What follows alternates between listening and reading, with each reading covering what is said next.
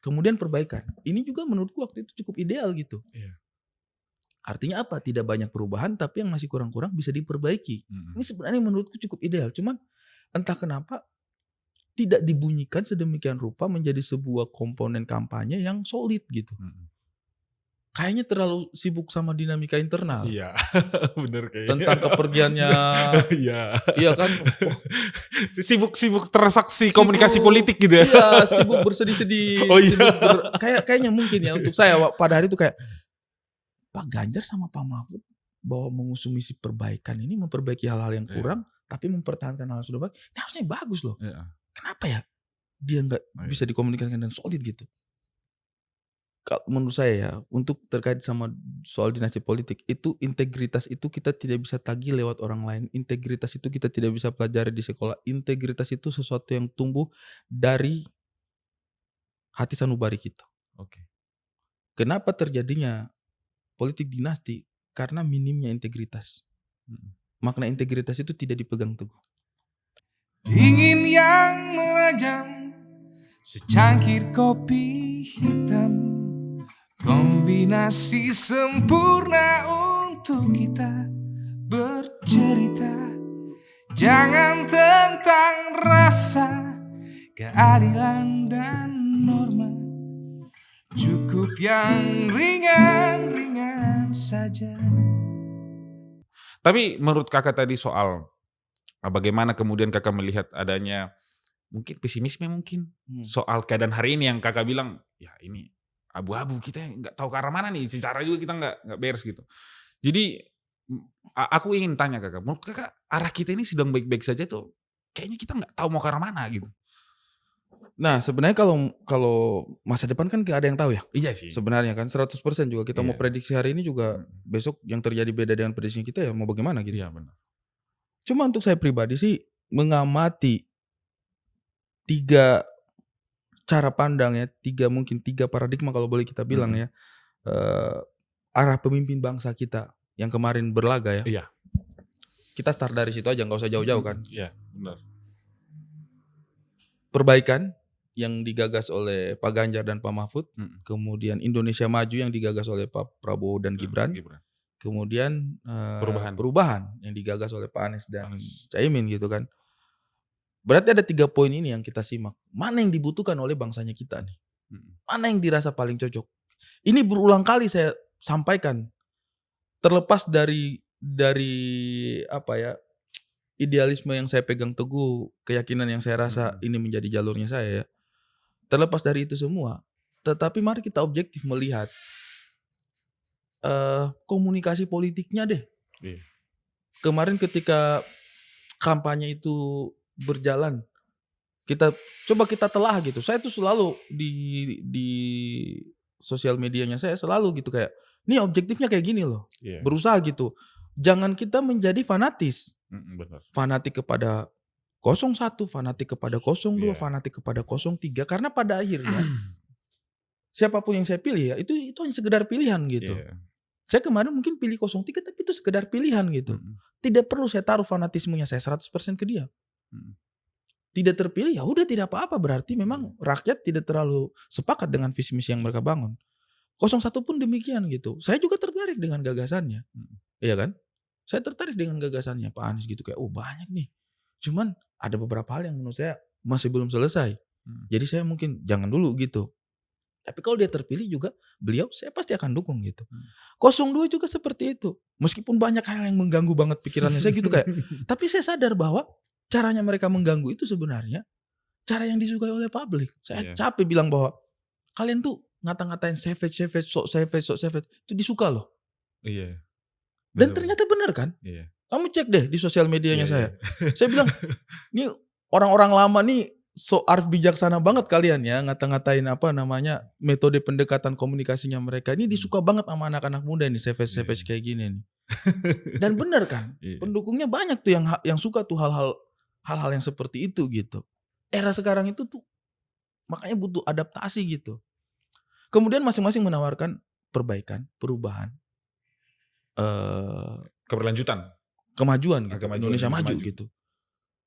Mana nih yang paling dibutuhkan untuk didengar oleh masyarakat sekarang saya tanya? perubahan misalnya. Kita tantang deh. Secara konkret, berapa banyak sih yang harus dirubah dari Indonesia ini? Keadaan ini gitu. Keadaan ini. Berapa banyak? Saya rasa orang juga kayak gampang gitu. Masa sih saya harus berubah? Saya stand up setiap hari. Kita masih boleh nih stand up. Apa yang harus berubah dari stand upnya saya? Saya bisa main film, saya bayar pajak masih bisa. Tapi saya juga dapat fasilitas dari negara, adalah beberapa transportasi umum oke, tapi apa sih yang harus diubah gitu loh. Jadi abstrak gitu. Ya tapi kan sistem seperti ini, tapi kan hukum hanya tajam ke atas tumpul ke bawah. Tapi kan abstrak dan kasus-kasusnya begini-begini tuh susah untuk untuk diramu dalam satu statement kuat untuk bahwa ini memang betul harus dirubah gitu. Itu menurutku yang kayak perubahan itu apa iya kita butuh hari ini gitu. Seberapa drastis gitu. Karena ketika bicara perubahan itu kan menjadi hal-hal yang sangat drastis gitu. Ada kontradiktif yang harus kita lakukan gitu ya. Betul. Hal-hal kontradiktif. Apakah saya sepakat banyak yang harus diubah? Sepakat sekali. Iya. Benar. Tapi apakah itu akan nyampe ke masyarakat? Saya ragu gitu, kayaknya banyak orang yang merasa hidup ini baik-baik saja. Iya. Kamu bikin konten loh hari ini. Iya benar. Kalau semuanya berubah, apa kamu berubah berarti menjadi nggak bisa bikin konten? Iya kan? Iya. Artinya kan ada yang berubah gitu. Saya masih bisa isi bensin. Apakah kalau ada perubahan saya jadi nggak bisa isi bensin? Kan berubah itu kan susah ditakar gitu. Iya benar. Arahnya kemana nih? Kita lebih cenderung mempertahankan hal-hal yang kita rasa sudah cukup stabil gitu. Sehingga itu jadi gampang saya itu kayak serius nih, bener-bener mau melakukan perubahan, sedahsyat itu rakyat pengen perubahan. Kayaknya banyak orang yang merasa baik-baik aja gitu. Kemudian perbaikan. Ini juga menurutku waktu itu cukup ideal gitu. Artinya apa? Tidak banyak perubahan tapi yang masih kurang-kurang bisa diperbaiki. Ini sebenarnya menurutku cukup ideal. Cuman entah kenapa tidak dibunyikan sedemikian rupa menjadi sebuah komponen kampanye yang solid gitu.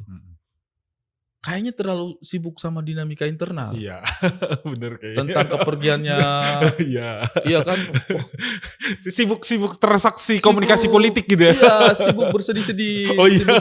Kayaknya mungkin ya untuk saya pada hari itu kayak Pak Ganjar sama Pak Mahfud bahwa mengusung misi perbaikan ini, memperbaiki hal-hal yang kurang, tapi mempertahankan hal yang sudah baik. Ini harusnya bagus loh.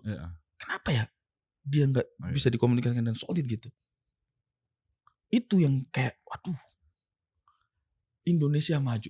Sekarang saya tanya, siapa sih yang gak pengen kemajuan? Ya semuanya pengen maju lah. Semua pengen maju. Konten saya segini, saya pengen maju lagi dong. Saya mau berkembang, saya pengen maju ke depan. Saya bikin film segini, saya pengen bikin film lagi dong. Jadi menurutku ya mau tidak mau harus kita akui bahwa apa yang dikomunikasikan kemarin gampang nyampe ke masyarakat gitu. Yang laku yang itu aja. Seenggan-enggannya saya, seenggan-enggannya saya untuk kayak iya kan?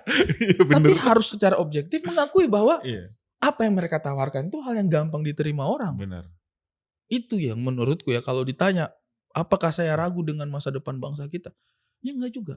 Satu hal. Di sisi lain adalah kemajuan itu harus kita sadari seringkali mengorbankan banyak hal. Benar, sepakat. Kamu mau maju, tinggalkan kampung halamanmu. Iya. Mau ada kejadian apa, orang tuamu bagaimana di sana, adik-adikmu, keluargamu lagi ada masalah apa, kau ada di Jawa. Mau apa kau mau bikin? Ya kan? Sama seperti kayak dia berkorban. Saya datang dari kampungnya, saya datang ke Jawa, Malang, saya sekolah. Tiba-tiba ada apapun yang terjadi di rumahnya saya, bagian dari pengorbanan saya. Oh, adiknya kamu tiba-tiba begini. Aduh, saya tidak bisa datang.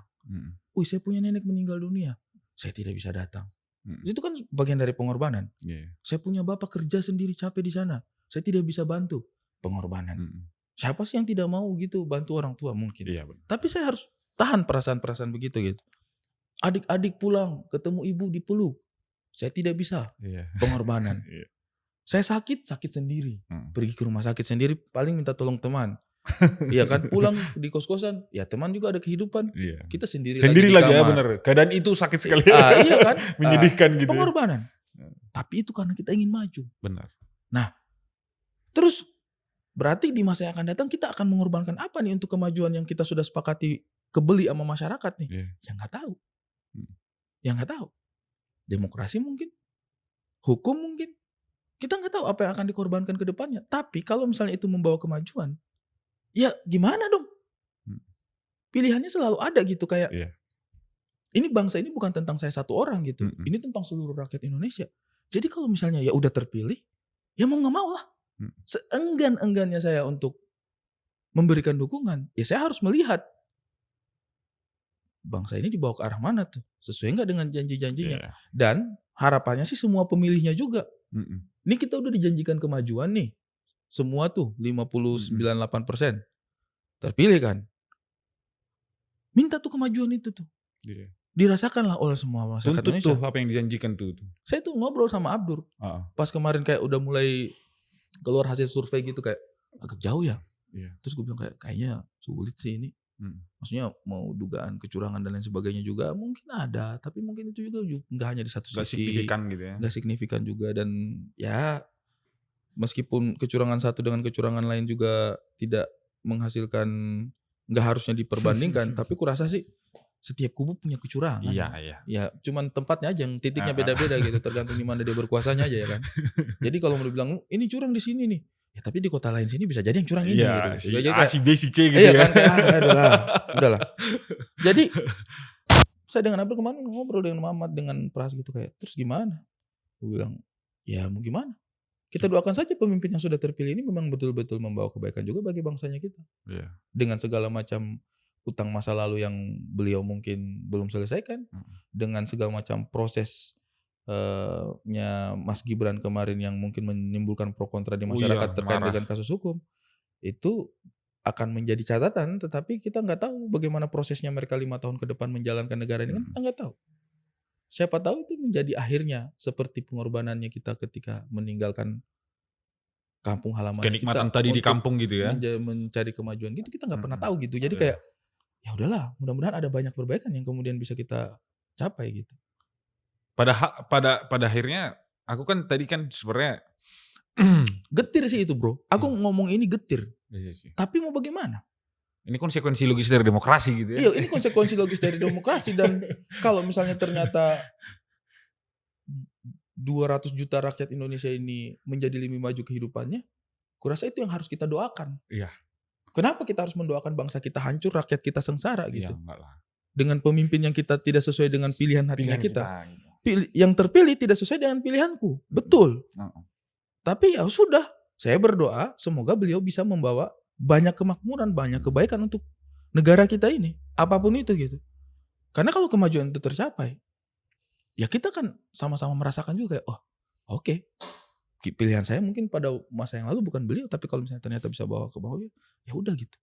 Meskipun itu berat banget untuk ibaratnya kayak dengan segala macam perjuangan kita yang dulu ya, maksudnya dengan memahami apa yang diperjuangkan oleh teman-teman di Aksi Kamisan, dengan memahami perjuangan teman-teman yang merasa ada keadilan yang dicederai gitu, kita sangat memahami itu.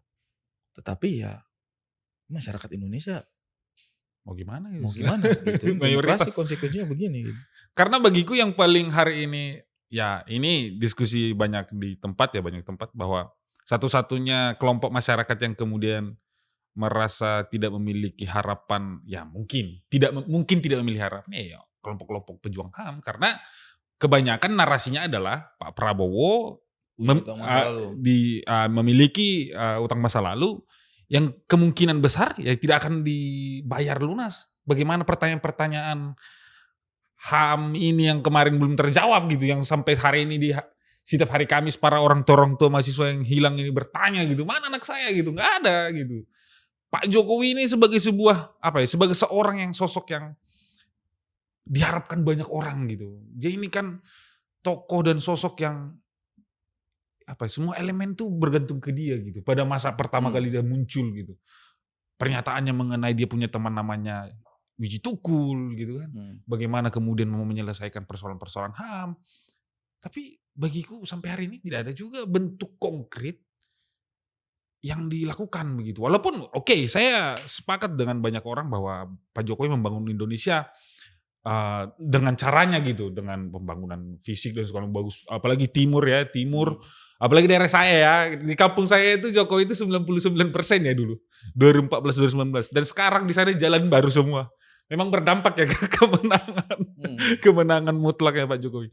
Tapi bagi saya, bahwa seperti Abang bilang tadi, HAM itu persoalan-persoalan kita ini masa lalu ini yang belum beres tuh, itu juga menjadi titik penting dan poin penting bagaimana kita sampai pada 2045 yang katanya Indonesia emas gitu. Itu juga titik kita. Untuk apa kita di depan sana masih ada orang-orang yang mana anak saya, mana bapak saya gitu loh. Dan pada akhirnya bagi saya banyak pihak yang menyatakan bahwa simbol kemenangan Prabowo Gibran, ya perjuangan itu akan sulit. Akan lebih sulit mungkin.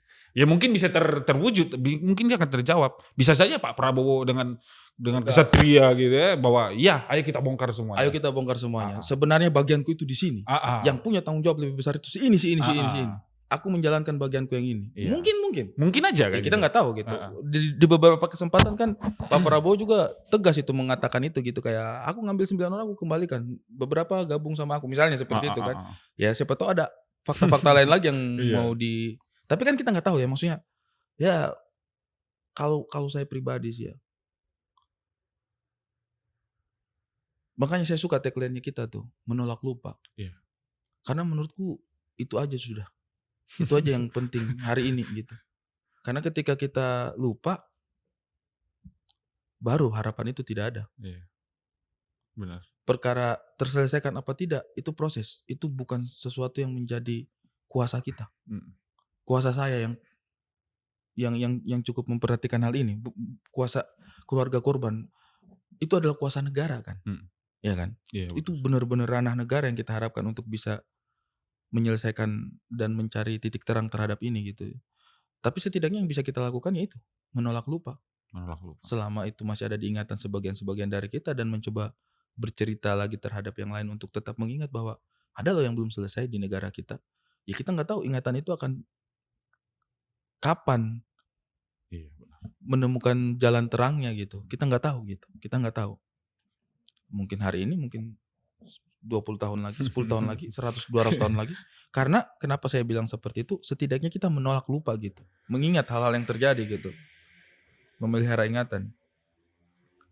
Karena kayak Amerika juga katakanlah sebuah negara maju yang isinya banyak orang-orang cerdas, pintar, dan filosof juga. Ya kita percayalah di sana juga banyak orang yang punya kapabilitas pemikirannya gitu. Tetapi permintaan maaf untuk indigenous people. Iya kan, benar. Orang-orang Indian pada masanya itu kan juga baru diraih ratusan tahun kemudian setelah mereka merdeka gitu. Setelah kejadian itu terjadi. Ya perjuangan kan? Rasisme kulit hitam. Rasisme kulit hitam terjadi bertahun-tahun, ratusan tahun kemudian. Aborigin indigenous people-nya di Australia juga baru terjadi beberapa tahun kemarin. Ratusan tahun, puluhan tahun setelah Australia diduduki oleh pendatang-pendatang dari Eropa. Britania gitu. Iya kan. Artinya apa? Ingatan itu penting untuk kita tetap lestarikan, karena kita tidak tahu negara ini akan menyadari itu sebagai sebuah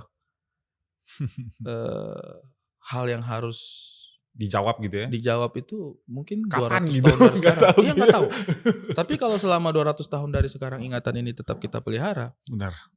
Artinya bangsa ini masih punya harapan. Gitu. Tapi Hope. ketika kita yang harusnya mengingat itu yang melupakan, nah itu yang menjadi pertanyaan besar.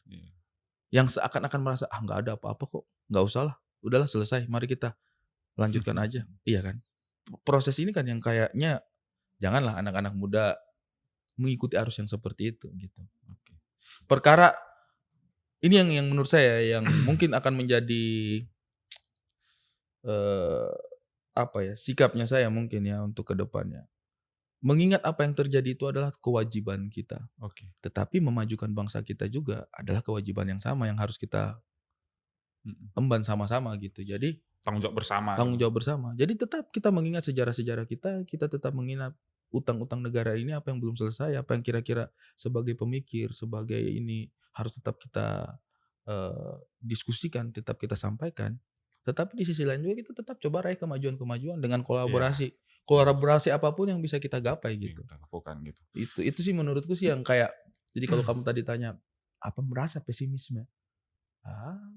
Kok untuk saya pribadi sebenarnya enggak juga ya. Saya enggak juga gitu. Mengenai HAM mungkin iya, mungkin akan sulit untuk mendapatkan jawaban yang cerah pada hari ini. Tetapi semoga saja ruang untuk mengingatnya enggak diberangus.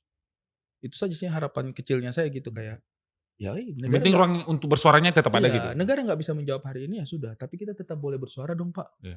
Boleh ya kami bicarakan ini. Bukan pelanggarannya, bukan sesuatu kejahatannya ketika saya bicara ada teman-teman kita yang masih hilang nih. Iya. Bukan sebuah pelanggaran dong bicara bahwa Mas Munir masih belum dapat keadilan kayaknya deh. Iya. Masih ada hal-hal yang belum terjawab gitu. Harusnya ya, itu aja dulu. Seminimal itu aja dulu gitu. Seminimal itu aja dulu. Boleh ya kami berbicara tentang itu. Boleh ya kami mengingat untuk diri kita sendiri dan teman-teman yang kita percaya mereka butuh mendapatkan keadilan. Karena keadilan ini bukan hanya sekedar keluarga korban. Iya. Keadilan ini keadilan bangsa. Iya. Saya akan lebih cinta bangsa saya ketika saya tahu bangsa saya adil. Benar. Seperti permintaan maafnya negara Amerika Serikat terhadap perebutan hak-hak tanah, hak-hak adat di masa lampau terhadap indigenous people. Ya hari ini keadilan itu hanya sekedar ucapan. Untuk nenek moyang mereka yang mungkin mati, kampungnya dibakar di masa lalu juga udah nggak tahu bagaimana caranya gitu ya. Apa enggak gitu. Tapi mereka sebagai bangsa akan merasa lebih nyaman. Iya. Bahwa kami diakui sebagai ini memiliki ruang. Bahwa indigenous people kami akui, kami hormati. Bahwa misalnya saya orang kulit putih di Amerika juga kayak mendengar bangsa saya meminta maaf dan mengakui hal-hal yang buruk yang terjadi kepada masyarakat lain, etnis lain. Itu juga akan menjadi kayak tapi akan menjadi sebuah kelegaan tersendiri kayak bangsa saya akhirnya minta maaf. Saya mungkin tidak punya hubungan keluarga langsung dengan yang korban-korban penculikan gitu. Iya kan? Tidak punya hubungan keluarga langsung dengan Mas Munir mungkin. Tetapi ketika negara ini berani memberikan pencerahan terhadap apa yang terjadi di masa lalu, saya sebagai bangsa Indonesia itu akan merasa ini bangsa saya besar. Ini bangsa saya kuat. Ini bangsa saya berani bertanggung jawab terhadap apa yang terjadi pada anak bangsanya. Itu sih. Implikasinya ke sana ya. Implikasinya ke sana. Itu terjadi hari ini, 2 tahun lagi, 10 tahun lagi, 100 tahun lagi. Menurut saya kita butuh tetap memelihara ingatannya. Itu yang kita wajib sehingga kita pada suatu titik bisa meraih itu gitu. Sebagai sebuah bangsa. Mungkin bukan saya, mungkin kita sudah nggak dengar. Mungkin anak cucu kita. Bayangkan aja misalnya 3 turunan dari sekarang. Tiba-tiba bangsa ini tersadar dan kemudian mencoba meluruskan hal-hal yang belum selesai ini, ya itu untuk generasi selanjutnya gitu. Itu sih kalau saya. Kalau melihat ya proses perjalanan panjang bangsa ini ya, Bang ya. Abang juga orang yang sangat mengikuti proses sejarah kita ya, membaca dan berdiskusi segala macam. Kedepannya sebenarnya Bang Ari dengan memiliki ingatan dan memiliki pemikiran argumentasi itu sebenarnya mau diterjemahkan dalam sebuah apa? Sebuah jabatan atau Abang Ari pengen maksudmu Bang, kau mau jadi wali kota nggak? Bang, kau mau jadi menteri nggak? Kau mau masuk partai nggak, Bang? Tembak aja langsung. Enggak. Iya kan arahmu kan? Iya arahnya ke situ. Tapi maksudnya kan ada banyak bentuk Bang ya. Ada sebagai penulis, ada sebagai pejabat, orang yang langsung memiliki wali kota atau DPR atau apa. Tapi maksudnya dengan memiliki kontribusimu apa nih Bang di masa yang akan datang kepada bangsa? Ya. Kira-kira apa? Abang arahnya kemana nih? Kalau saya sebenarnya ya tidak mau munafik. Saya itu tidak menutup kemungkinan untuk posisi-posisi eksekutif dan legislatif itu saya tidak menutup kemungkinan. Karena saya belajar di jurusannya saya, teknik perencanaan wilayah dan kota, bahwa selama ini yang saya servis itu negara gitu. Dengan harapan negara itu bisa menservis rakyatnya secara, kalau bahasanya itu serta-merta. Kalau kita orang per orang, individu, memberi kontribusi pemikiran, memberikan kontribusi karya dan lain sebagainya, itu kita bisa menyentuh orang per orang gitu, individu. Tetapi kalau kita ada di posisi eksekutif, legislatif, bisa lebih masif. Kita bisa meng-create sebuah undang-undang, mengusulkan, kemudian menjaga undang-undang kira-kira bagaimana nih undang-undangnya biar lebih ideal gitu untuk masyarakat. Kita juga mungkin kalau di eksekutif kita bisa bikin program yang dirasakannya itu seketika gitu oleh banyak orang gitu. Bikin jalan dirasakan oleh banyak orang, bikin sekolah dirasakan oleh banyak orang, perbaikin pasar dirasakan oleh banyak orang. Jadi saya itu tidak menutup kemungkinan untuk posisi-posisi itu karena ya kalau misalnya dikasih apa ya? Kalau saya itu menyebutnya itu takdir itu. Itu takdir. Iyalah, takdir itu. Garis tangan. Saya tuh percaya tidak ada satu lembar helai bulu rambut manusia yang jatuh ke permukaan bumi tanpa ketentuan takdir dari Tuhan. Jadi kalaupun misalnya kamu duduk sebagai seorang pejabat, itu takdir loh. Mm. Bukan karena usahamu, bukan karena kepercayaan rakyat saja, tapi karena takdir. Mm. Jadi ketika takdir itu datang kepada siapapun, termasuk saya, ya amanah. Ya amanah, mau prosesnya seperti apapun, ujung-ujungnya setelah itu duduk, merenungi dan amanah. Ayo lakukan hal yang baik. Sesederhana itu menurutku ya. Jadi kayak politik dan lain sebagainya itu dinamika yang kita ciptakan gitu untuk mengaburkan proses seseorang sampai pada titik dia menjadi pemimpin. Tapi ketika dia sudah sampai di titik itu takdirnya dia gitu. Takdir ya. Ya takdirnya dia gitu. Dan saya tidak akan bisa menolak takdirnya saya. Jadi kalau kamu tahu, tanya, di masa yang akan datang apa bang kontribusi abang? Apapun yang takdir gariskan untuk saya. Kalau ternyata saya takdirnya jadi aktor, ya saya jadi aktor. Kalau saya takdirnya jadi penulis, saya jadi penulis. Kalau takdirnya saya jadi komedian aja sampai meninggal, ya saya jadi komedian aja. Tapi kalau misalnya pada satu titik Allah mentakdirkan saya menjadi seorang pemimpin, saya jadi pemimpin. Kalau takdir saya menjadi jembatan suara rakyat, ya mungkin saya masuk DPR. Apa yang Allah takdirkan? Tapi ketika takdir itu datang, saya tidak akan ibaratnya mangkir juga dari hal seperti itu. Jadi kayak, oh berarti di sini tiba-tiba ada partai yang datang, masuk partai ini, gini, menarik. Pulang izin sama istri, saya boleh masuk partai ini nggak? Masuk aja. Masuk. Pergi formulir, bawa, antar, masuk, tanda tangan, pulang, lancar, dikasih kartu anggota, ikut pelatihan apa segala macam, tiba-tiba udah jadi anggota partai 3 tahun. Itu kan takdir. Kalau itu bukan takdir kan pasti sudah dihalangi dari awal dong. Iya kan? Tiba-tiba ke sana atau izin istri, sayang saya boleh masuk partai, nggak usah repot. Pasti ada aja rintangannya gitu ya. Pasti ada rintangannya. Jadi kalau misalnya kita sampai pada titik itu, ya pasti sudah digariskan kita di situ gitu. Pasti sudah digariskan kita di situ. Tinggal ikhtiarnya kita mau mulai kapan. Memang kita mau ada peluang ke situ, ada celah ke situ, ya itu nggak nanti gitu. Soal digariskan ini bang, ini agak ini nih menarik nih. Soal digariskan, Gibran digariskan nggak jadi wapres bang? Digariskan. Ketika sudah terjadi itu takdirnya dia berarti. Konstitusi kita kan tapi diutak-atik. Udah takdirnya berarti konstitusi kita diutak-atik. Lah kok segampang itu bang, kalau semua apa-apa kita balikin ke takdir, ya takdir begitu. Apa yang harus kita lakukan bang supaya ya kita konsisten dengan apa yang kita sudah create tanpa kita berpangku tangan dengan takdir? Itu saya ditanya sama beberapa teman. Ini kan sudah kejadian begini terus mau bagaimana kita? Ya kita kan tidak hidup di masa lalu dan masa sekarang saja, kita kan hidup di masa depan. Berarti yang kita harus lakukan masa depan adalah bagaimana mengantisipasi hal ini supaya tidak terjadi lagi gitu. Kalau terjadi lagi itu takdir. Fungsi kontrolnya itu takdir. Tapi kalau misalnya itu berulang dan kita tidak punya upaya untuk mencegah hal yang sama terjadi lagi, ya berarti kita nggak belajar dari apa yang sudah terjadi gitu. Benar. Gibran naik takdir menurutku. Apakah Gibran akan membawa bangsa ini hancur lebur? Nggak tahu, nggak juga mungkin. Iya dong. Bisa jadi.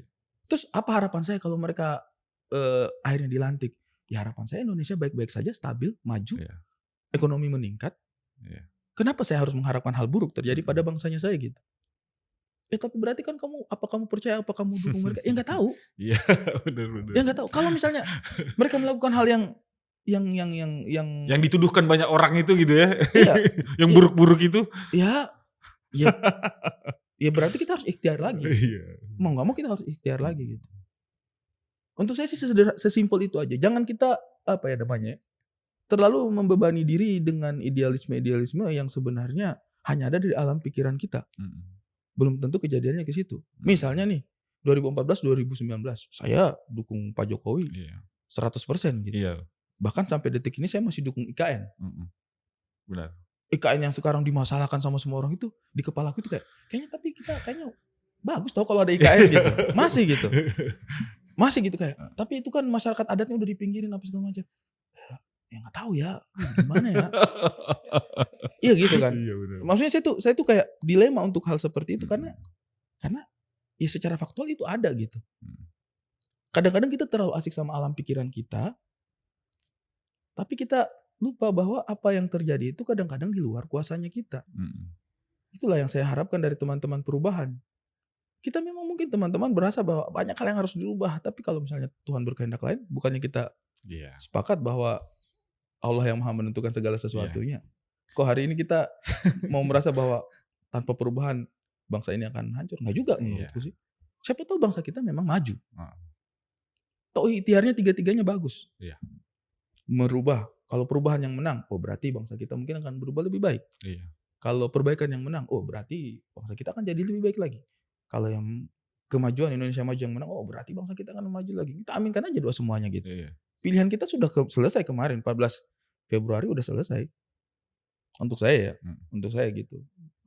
Gampang banget sih, apa-apa dibalikin ke takdir. Balikin kemana? Mau balikin ke rasa dengki kita.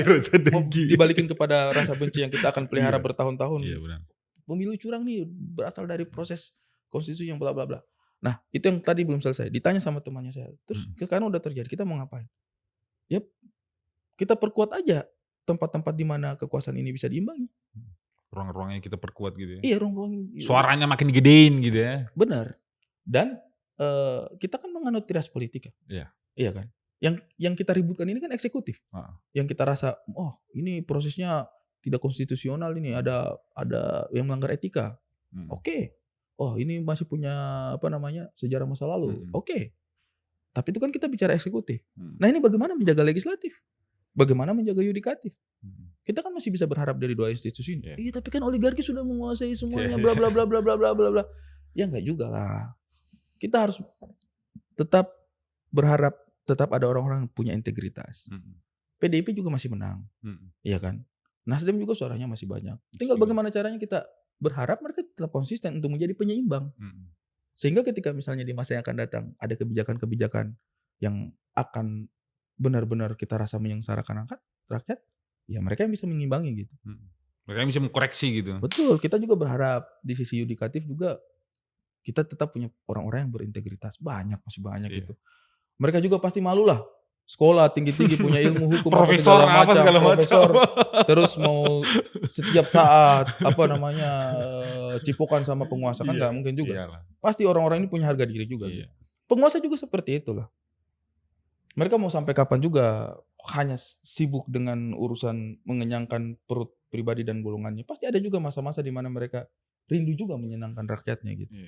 Jadi kita, menurut saya sih apa yang akan terjadi ke depan, kita berharap yang terbaik aja gitu. Proses demokrasi yang terjadi hari ini sudah terjadi gitu. Itu konsekuensinya gitu. Tinggal bagaimana caranya kita berharap, satu, di ruang-ruang legislatif masih bisa menjadi penyeimbang. Di ruang-ruang yudikatif masih bisa kita berharap ada sedikit keadilan. Kemudian di ruang-ruang diskusi kita masih boleh membicarakan hal-hal yang menjadi concernnya kita. Itu sih kalau dari saya. Luar biasa. Jadi sebenarnya ada pertanyaanku terakhir ini Bang. Ya boleh. Bang. Apa pandangan Abang soal dinasti politik? Soal dinasti politik, menurut saya ya, untuk terkait sama soal dinasti politik, itu integritas itu kita tidak bisa tagih lewat orang lain. Integritas itu kita tidak bisa pelajari di sekolah. Integritas itu sesuatu yang tumbuh dari hati sanubari kita. Kenapa terjadinya politik dinasti? Karena minimnya integritas. Makna integritas itu tidak dipegang teguh. Saya mau cerita sedikit. Jadi waktu itu bapaknya saya itu ketua remaja masjid juga. Bukan ketua lah, pernah megang lembaga remaja masjid. Terus ada bikin pertunjukan maulid. Bapaknya saya bikin skenario. Latihan parade puisi, pertunjukan sastra gitu. Saya masih SMP, dimasukkanlah saya. Sebagai salah satu pesertanya. Latihan lah saya dengan kakak-kakak semuanya gitu kan. Ada yang udah kuliah, ada yang anak muda, ada yang SMA. Saya SMP waktu itu, latihan lah kami sama-sama. Terus pas break latihan ketawa-ketawa gitu.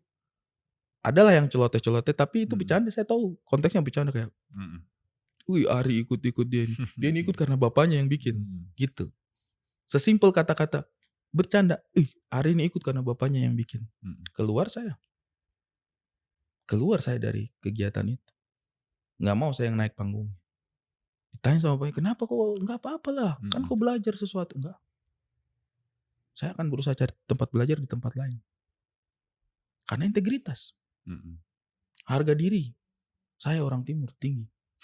Kau tidak, meskipun kau bercanda, tapi artinya kau ragukan saya. Iya, benar. Saya tidak mau kau berpikir saya ada di situ karena bapaknya saya. Iya. Saya harus ada di atas panggung pertunjukan itu karena Saya sendiri. saya sendiri. Keluar saya dari pertunjukan itu. Jalan bapaknya saya. Itu sempat marah bapaknya saya itu. Merasa kayak, ini anak diajak sesuatu yang positif kok gak mau. Benar positif. Tetapi cara pandang orang membuat saya merasa diremehkan. Membuat saya merasa tidak punya integritas. Keluar saya gak mau panggung. Alhamdulillah setelah itu saya cari panggung saya sendiri. Sampai saya dapat panggung yang ada hari ini. Iya, benar. Karena integritas. Iya. Karena saya tidak mau orang melihat saya punya kapasitas. Saya dapat dari ruang yang dibuat oleh bapaknya saya. Iya kan? Nah, apakah tujuan bapaknya saya buruk? Tidak juga. Apakah ketika saya ada di panggung itu saya akan bermain dengan baik? Mungkin iya. Buktinya hari ini saya bisa bermain di beberapa panggung utama. Artinya sebenarnya kalaupun saya mau hari itu mungkin bisa. Jadi itu sesuatu yang kalau ditanya saya politik dinasti bagaimana? Batasannya itu adalah diri sendiri. Mampu gak kita jujur dengan kapabilitas kita? Mampu gak kita punya integritas untuk menjawab bahwa saya di sini karena kemampuannya saya, bukan karena ruang yang dibangun oleh generasi sebelumnya saya. Itu sih untuk saya pribadi ya. Apakah akan buruk, apakah enggak? Ya nggak tahu. Sama seperti ketika pada hari itu saya naik panggung, mungkin pertunjukannya akan bagus, akan keren gitu ya. Ya nggak tahu. Nggak tahu juga. Orang kan, anaknya itu yang main itu, bagus sih. bagus ternyata menurun darahnya itu bapaknya itu.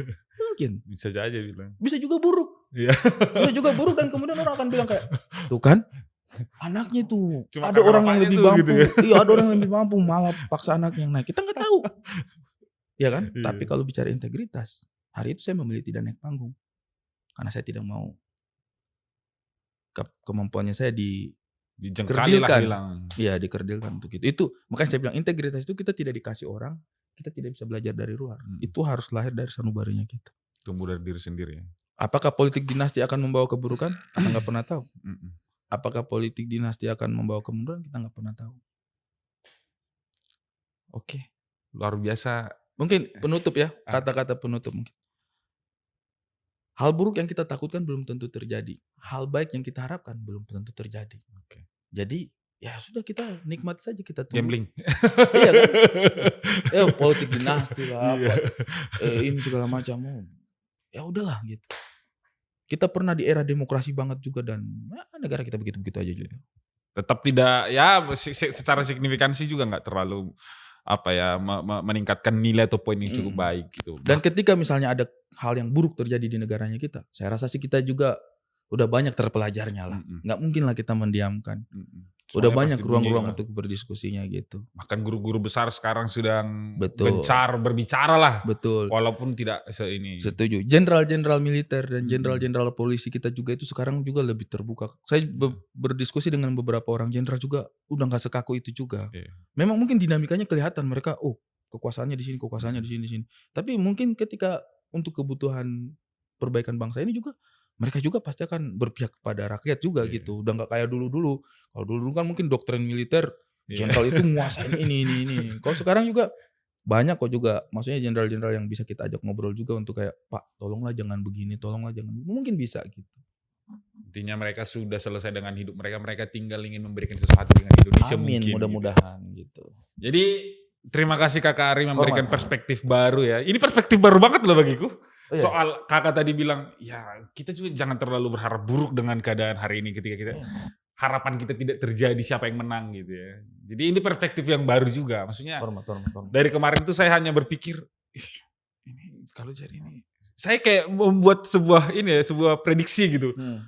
100 hari pertama nanti dia akan begini, 1000 hari pertama akan begini gitu. Jadi sebuah prediksi. Tapi prediksi saya semua memang cukup membagongkan ya. cukup orang-orang pesimis lah. Tapi ya karena dosen-dosen saya di UI itu tiap hari saya lagi menempuh kuliah juga Kakak. Jadi tiap hari kita diskusi di UI, memang pada akhirnya dosen-dosen tersebut juga sampaikan bahwa ya koreksi itu harus tetap terjadi, bahwa kekecewaan kita selama ini juga kenapa baru sekarang ini guru-guru besar baru keluar, dari kemarin dong harusnya. Tapi kita bersyukur mereka hari ini berbicara. Iya, dan artinya sebenarnya Tenang aja teman-teman. Kalau misalnya di masa yang akan datang hal buruk terjadi dengan bangsa kita karena pergolakan politik, artinya itu kan panggilan untuk berjuang. Mari kita berjuang. Iya kan? Negara memanggil. Iya kan? Panggilan untuk berjuang. Sudah lama berarti tidak berjuang kan. Ayo mari kita berjuang bersama. Sudah 26 tahun ya? Iya. 26 tahun sudah. Mungkin kita sudah lupa reformasi ini arahnya mau kemana. Oke, terima kasih Kakak Terima Ari. kasih, thank you, Sukses. thank you. Apa proyek-proyek ke depan ada lagi? Film atau Sekarang sih lagi garap Tour? film Kakak Bos. Wish. Isinya orang-orang timur semua Ditunggu ya. Mudah-mudahan itu bisa menjadi sebuah apa ya? Saya sih berharapnya itu bisa menjadi sebuah penyegaran lah untuk melihat sisi timur yang menyenangkan. Terakhir kali saya nonton film timur itu apa yang film Maluku tuh? Yang bola-bola itu? Beta Maluku. Beta Maluku tuh saya nangis kali itu. Saya nangis. Kalau ini fun banget. Saya ada Mamat Al-Katiri, ada Abdul Azhar juga. Ada Kakak Ada Reno, ada banyak teman-teman. Kita bikin sesuatu yang mungkin fun. Oke, ditunggu saja teman-teman ya. Jadi harus seperti Kakak Ari terus berkarya gitu ya. Kakak Ari ini ya memulai dunia-dunia baru juga. Stand up comedy juga kan bukan dari kecil. Tapi Kakak Ari ketemu di Malang. Film pertama kali apa dulu Kakak? Comic 8 saya film pertama. Itu juga top tuh penontonnya tuh. Lumayan. Stand up semua yang main. Siap. Jadi gitu Kakak, sukses ke depannya. Sehat-sehat, terima hormat. kasih. Terima kasih juga Salam sudah dengan Kakak Nona. ngobrol sini. Mudah-mudahan ada manfaatnya buat yang dengar juga. Saya salah satu idola, saya mengidolakan Kakak Nona juga. Saya juga idola sama. Luar biasa itu. Film apa itu yang dia, waduh. Wedding Agreement. Ya, Wedding Agreement. Aduh, keren banget itu dia. Parah-parah sama suaminya. Luar biasa. Kakak Nona satu. Terima kasih Kakak ya. Thank you banget. Sehat-sehat Kakak. Hormat. Sampai jumpa kembali di DPR Diskusi Politik Ringan. Dadah. Ingin yang merajam secangkir kopi hitam, kombinasi sempurna untuk kita bercerita.